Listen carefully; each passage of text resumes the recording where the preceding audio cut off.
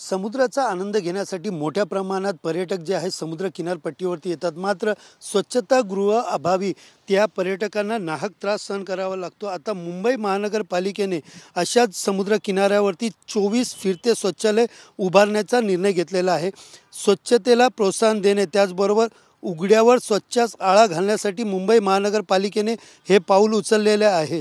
गिरगाव, दादर, माहीम, जुहू, वर्सोवा यासह इतर 3 ते 4 ठिकाणी हे फिरते शौचालय उभारण्यात येणार असून लवकरच या कामाची निविदा देखील मागवली जाणार आहे।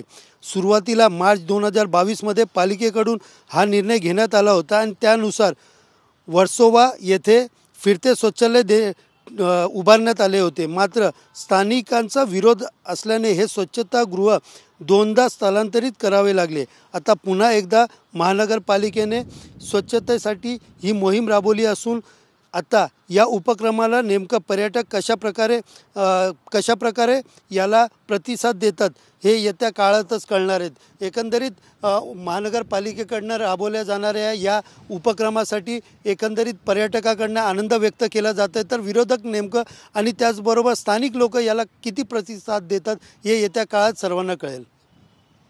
कॅमेरा पर्सन कमलेशसह सुनील जाधव, TV9 मराठी, मुंबई।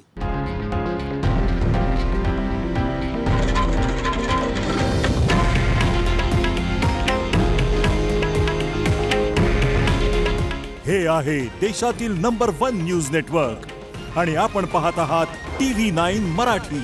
काळजी तुमची, हित महाराष्ट्राचं।